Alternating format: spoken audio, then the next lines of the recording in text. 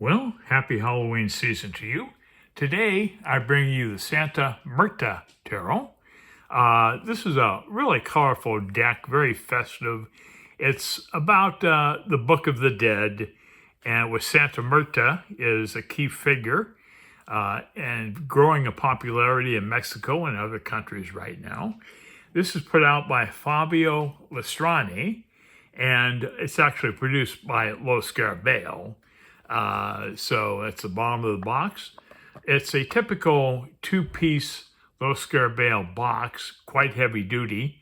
The cards themselves are quite thick. If I take this deck out, you can see the thickness of this. And the card stock is really pretty good. If we compare it to a standard tarot size card, this is an AGM Pebbleback. If we compare it, it is exactly the same size. So, but it is a thicker card. The AGM is kind of conventional, and this is much thicker. So it should hold up pretty good. Now, it is very glossy, which can be good and bad.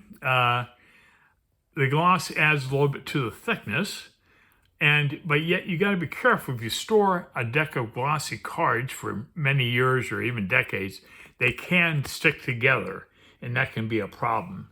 Now, the guidebook, I was not very impressed with. It's in like 7 different languages or something. And if it talks a little bit about the majors, it just talks about not the specific card, but like basic meanings for like the full and so forth, all the way through the world. But then if we get into minors, it only covers a couple of suits, and it ends at pentacles because on page 32, it jumps to page 113. I am missing pages out of this book. It's a printing error. There's nothing physically wrong with the book. It is a printing error, but I'm not going to bother with returning it, over the guidebook because I won't use the guidebook anyways. But Chinese and French and Italian and Spanish, all kinds of languages. I think the rest of the languages are all there. Just the English is missing. So that's the inside of the box. A very good box. I like the artwork on the box. That's Santa Muerte on the box there. Well, let's begin. We have the Fool here beginning his journey. He's beginning his journey by coming out of his grave. He has a butterfly perched on his finger. He has a beautiful sun with adoring rays emitting from it. He has tombstones here in the background. And let me see what else he's carrying here. It looks like he's got a gun, a rifle, and a guitar, I believe. So kind of a very odd Fool card. This deck has half borders. There's only borders on the bottom half of the card, and they have the number of the card and the title. And so it's not as bad as a full border. It doesn't take away from the card too much that way. We can look at the Magician, and we have a sombrero with candles on it, and pretty much a typical magician, I would say, seated and getting ready to assist the Fool on his journey. We have the High Priestess, very interesting. She has a bunch of blades above her head there. She has a book or a journal. She has a crescent moon and candles. So very interesting. There's also, I just noticed, there's a little creature up here. I think that's a bird, I guess. Could be an owl, perhaps. But very cool. And then we move on to the Empress. And we have an Empress here on a nice throne with a fan. And, there's a log. That's really cool. There's a log at the bottom there. Notice all the flowers. There's a lot of floral activity going on in this deck. It makes it quite colorful. Next, we have the Emperor. And he is seated. He has like an assault rifle, like AK-47 or something. I don't know if that was necessary, but there it is. And he's seated here. But I just know something. If we take the Empress and we match it up it matches up with the Emperor card, and we see her dress right here continues on to the Emperor card. I thought that's pretty cool. I think those are the only two cards, though, that occurs in, where you can set them side by side and they work together. Okay, our Hierophant, we have a bearded skeleton here, sombrero with looks like probably coins dangling from that. And he's using a Ouija board here because he is a Hierophant, and he can communicate with the dead that way, although he's already dead, so I don't know why he would need a Ouija board. We go on to the Lovers, interesting card. We have a key in lieu of an angel or a third figure. We have a key, and we have a heart-shaped lock. And the male skeleton is looking up, gazing at that key. He wants to put that key inside that lock and bust that thing open. And the female, she's gazing down at the lock. Next, we have Strength, and we have, almost get a Spider-Man vibe from this card for some reason. And we have looks like a dragon, perhaps, partly skeletal, but there it is. Next, we move on to the Hermit. And he's definitely isolated because he's in a coffin. He has his lamp there, his lantern. And let's see what else is going on here.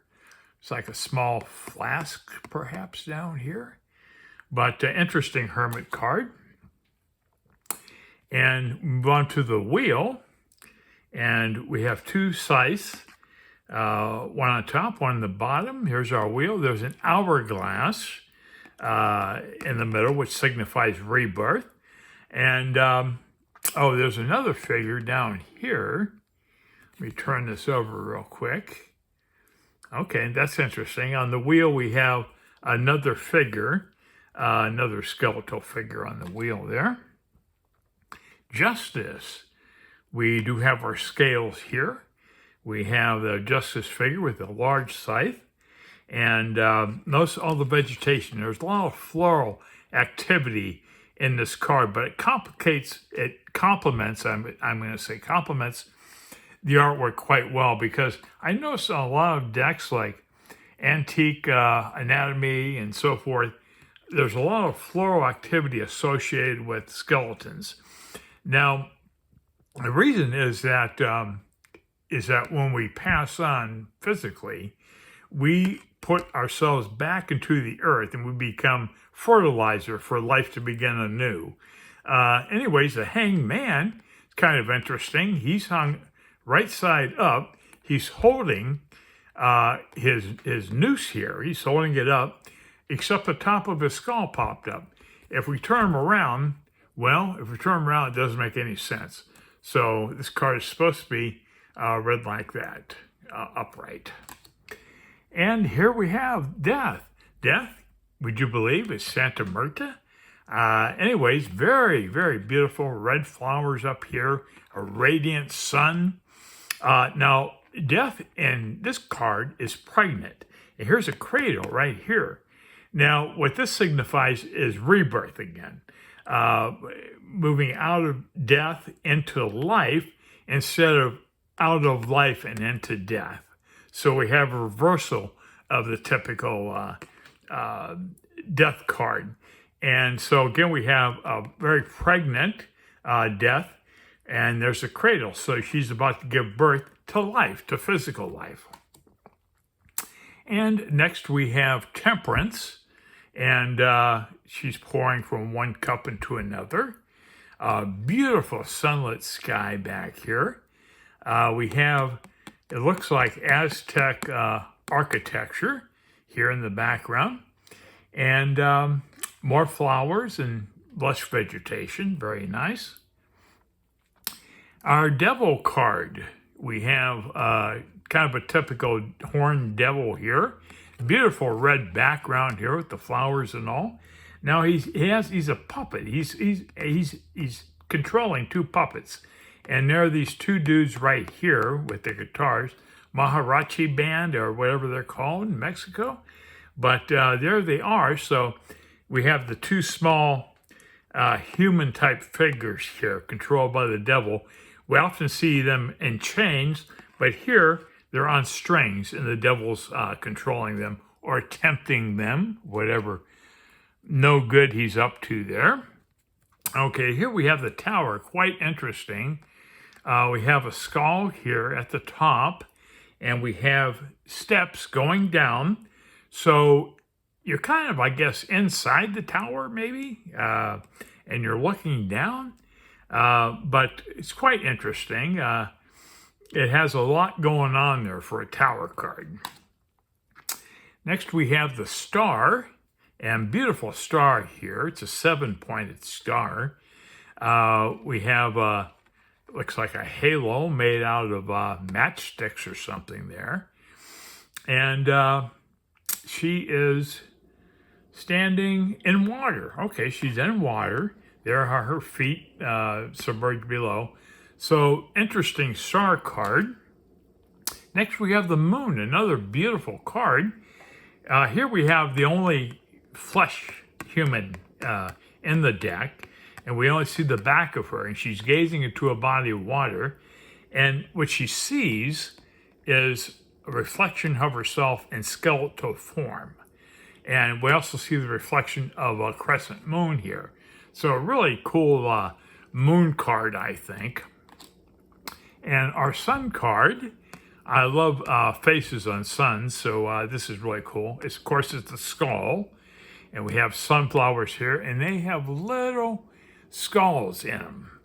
Here we have the two guys in sombreros with a guitar, part of a mariachi band, and a bunch of sunflowers down here. So really a lot of sunflower and sun imagery. Really like it. Next we have Judgment, and here we have, it looks like a child skeleton rising up out of his coffin. And here we have some figures here greeting him. And we have, I guess this is an angelic being, almost looks like a bird, but I'm sure it's probably an owl. Looks like an owl skull to me. And they're in a cemetery. And he's rising up, and I guess he's going into spirit. Okay, next we have the world. And we have a beautiful, probably a Santa Marta figure here in a white gown with her scythe. She's on top of an antique type globe. And we have different skull pictures here at the top with more beautiful flowers. Next, we move on to the miners and a wand suit. Wands can be represented by a fire. They represent fire and creativity and things like that. But here we have a skull, and we have plants growing out of the top of the skull, and we see a lot of red predominant on the wand suit. For the Two of Wands, I have a bandito, I guess. He has two rusty revolvers he's holding, and he crosses them in a way that a lot of people do when they display guns. But here we have, again, a lot of red going on. The Three of Wands, we have three skulls. We have flowers growing out of the top. And we have a bird here, a bird skeleton. And I'm not sure what it is. Could be another owl. The guidebook, unfortunately, doesn't talk about what all these imageries are on these cards. Then we have the Four of Wands, and we have flowers here. We have a figure here underneath the roof there. And, well, I really can't say too much about that card. I'll move on to the next one here. We have the Five of Wands. We have fire going on again, lighting a fire. And I don't know what he's going to set on fire, but there he is. He has a red sombrero. Next, we have the Nine of Wands. We have a group here, and a bunch of flower petals up here. And there they are with their 9 wands. Next, we have the 7, and we indeed have 7 trees here. Like the mushrooms going on here and whatever else, the red foliage in the foreground there. And next we have the 8 of wands, and we have a decorative skull here with 8 wands, and at the end of the wands they all have little skulls on the top of them. Pretty cool. And next we have the 9, and we have Santa Muerte in a red gown here with her scythe, and it's just a lot of red going on there. Pretty cool. And now all the 10 cards have a moth, except it's only a half a moth. You see a red moth here, and then we see pelvic bones. Human pelvic bones here are form the lower half of the moth. So quite interesting. All these 10 cards, you know, they all tie together. Move on to our page. We have a jolly little skeleton here on a swing. Pretty cool. And next we have the knight. And I believe all the knights are on skeletal horses, I think. I only went through this deck one time, so you have to bear with me. But that's our Knight of Wands. And next we have the Queen. And all the queens are quite endowed, if you know what I mean, by, they're not skeletal frames. You know, they are like human frames. I love her hat, and I love the red foliage at the bottom. Our King of Wands, we have, again, more red flowers here, and he's pointing upward, and he's holding, I'm not sure what that is. He's holding, it looks like maybe a small sword right there, I believe. Okay, next I'm going on to the suit of cups. And of course, the cups are a heart and water suit. And here we have a lot of blue going on in this suit. So look at this Ace of Cups, and look at the hearts here, playing card suits of hearts represented on this ace. And that is a great Ace of Cups card, I think. I love the rain drizzling down from the darkened sky, and he's kind of standing in a marsh, perhaps. But very cool ace. Look at this too. It's quite interesting. We have a male and a female skeleton. Now, I love the top of their heads. He's pouring fluid from himself into her. And quite a good Two of Cups card, I think. And notice the red hearts inside their chests. Very well done. Very gorgeous Two of Cups. And next we have the Three of Cups. And we have a large heart in the center. And they're toasting. And he's in charge of the toast, evidently. So quite clever. Again, look at all the gorgeous floral motifs on this deck here.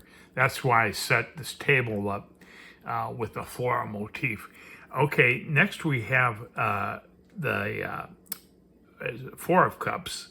Four of Cups, we have a figure here, and there's a centipede. I've noticed a centipede on a number of the other cards, which I'll show you. And he's just kind of looking down and into his thoughts, and it's a pretty good representation of a Four of Cups, I guess. Here we have the Five of Cups, and we have a maze-type figure here called a labyrinth. I don't remember, but anyways, here he is, and he's standing in a body of water, and we have lilies, it looks like, up there. So very nice.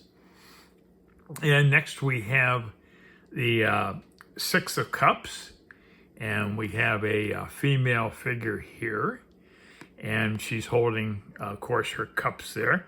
I don't see any cups anywhere else, so she's got them all in her hand there.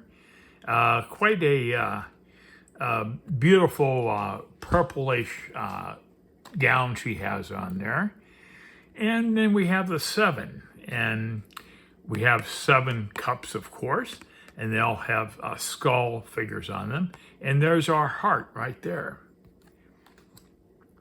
And then we have our 8 of Cups, and it's kind of a close-up of a skull. And here's the 8 cups up here with the beautiful flowers on top. I think a lot of the 8s are close-ups, I believe. Okay, we have our 9. We have 9 cups here. There's our heart. And we're on a ship at sea. Quite interesting. Now our 10 card, of course, is going to be a moth with a rib cage for the bottom half. It's a blue moth because the cup suit again is blue, and we have a lot of beautiful blue flowers. So the moth represents completion of sorts, and also it represents transition. Next we have the page, and we have another female skeleton here. And here's her cup. And, well, I don't see a heart, but there she is. And finally, our Knight of Cups, rather. Our Knight of Cups, he's on another skeletal horse. And he looks like a warrior. And he is surrounded by a beautiful background. And our Queen of Cups, there's our heart there. And another blue motif here in the background and her attire, and beautiful blue flowers at the bottom. And finally, our King of Cups, and he's getting some refreshment there. It looks like it's just air. No, there's a little bit of liquid coming out of that. He has a red heart in the middle, and more blue flowers in a blue sky. Very nice. Okay, our Suit of Pentacles could be money. It's green, green motif, and we have Ace here, and interesting, he's got things growing on his skull, and I guess it's a grasshopper on top of him. Interesting Ace. And we have our beautiful two of Pentacles. We have 2 skeletons, and they each have half of a butterfly, or a moth, I guess it's a butterfly. And if you join them together, they form an entire insect. Very nice, very beautiful card. And next we have the 3, and she is watering her seedlings, which are small skulls, and flowers are coming up from the ground. And we see predominance of green in the sky. And next we have the 4, and we have Santa Muerte here in a white gown, and she is lowering, it looks like a person, into a bank, whatever that means, but it is a pentacle suit, so maybe she's bestowing him good luck financially. I would guess that's what's going on there. And next we have the 5. We have 5 green skulls. We have a figure walking on top of the skulls. And again, the guidebook doesn't really tell me anything, particularly since most of it's missing.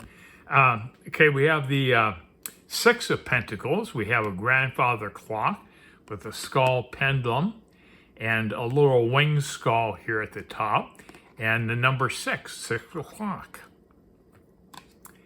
And then we have the 7. And of course, we have 7 skulls here. That's an old mathematical device where you slide the things over. I can't remember the name of it right now, but it is abacus maybe.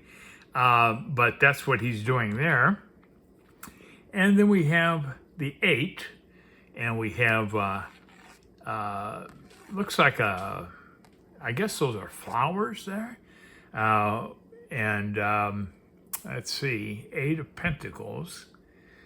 Well, your guess is as good as mine. That's a difficult card for me to figure out there.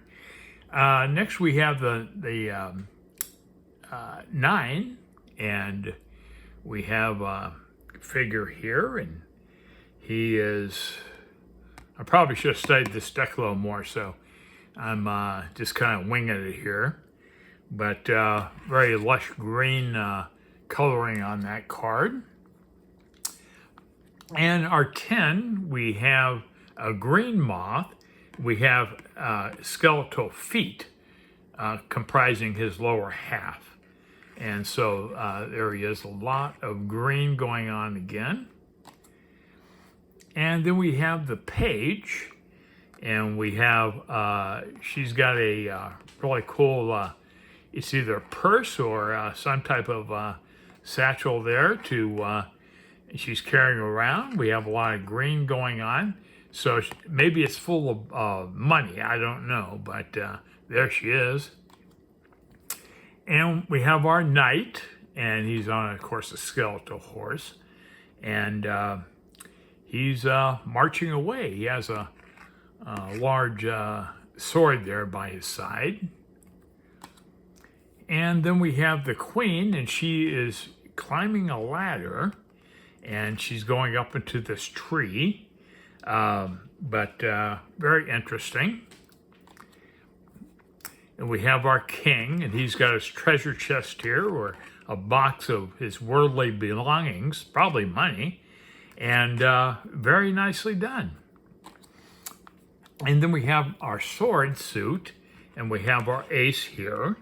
We have some flowers going on. Look at this glorious sky here with the sun just breaking through. Really a phenomenal Ace of Swords card. I love this too. The Two of Swords is a pair of scissors. And if you look at this closely, it's got some interesting detail on the scissors. I think they could actually make these scissors and sell quite a few of them, because I think they would appeal to a lot of people. Okay, then we have our three of swords. We have, I think he's pulling the blades out. I think he's pulling them out of the skeleton below him. So in a way, he's saving him. Maybe he died and became skeletalized by the two swords. And this fellow here is helping pull it out. Now notice the swords are equivalent to spades in playing cards. And that spade on his forehead is quite prominent. So that's really cool. And then we have I dropped the card, we have our 4, and we have a coffin here, and we have somebody nailing shut the coffin. Okay. And let me pick up the card I dropped.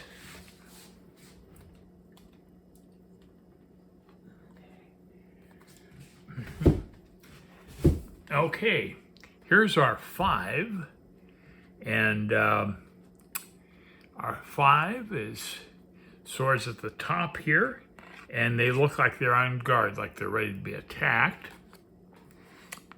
And we have our 6, and this this deck is supposed to be somewhat based on Smith Waite, but this is one of the cards here where, it truly is based on Smith Waite.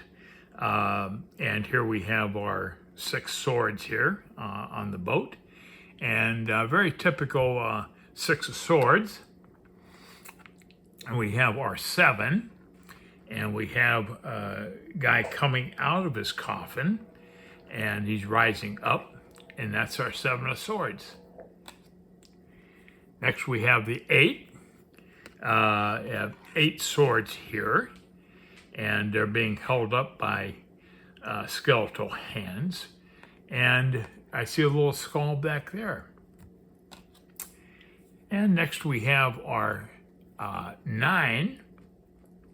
I'm certain we have 9 devices here. We do. A book.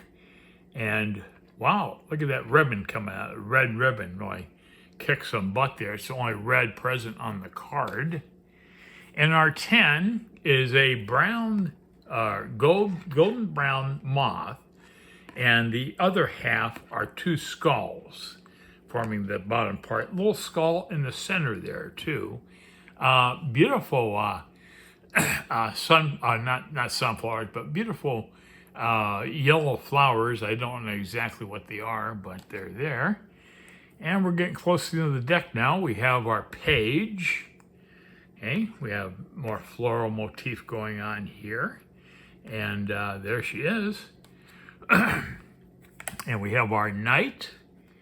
And our knight, he's doing a little trick for us here, comedy here. He's swallowing his sword, but he's cheating because he's a skeleton. You know, you have to be alive to be able to do that to really impress anybody. And there's, of course, his horse and more yellow flowers at the bottom. And we have our queen, and she has a large sword upon her shoulders. And she has a black costume on here with more of the same yellow flowers.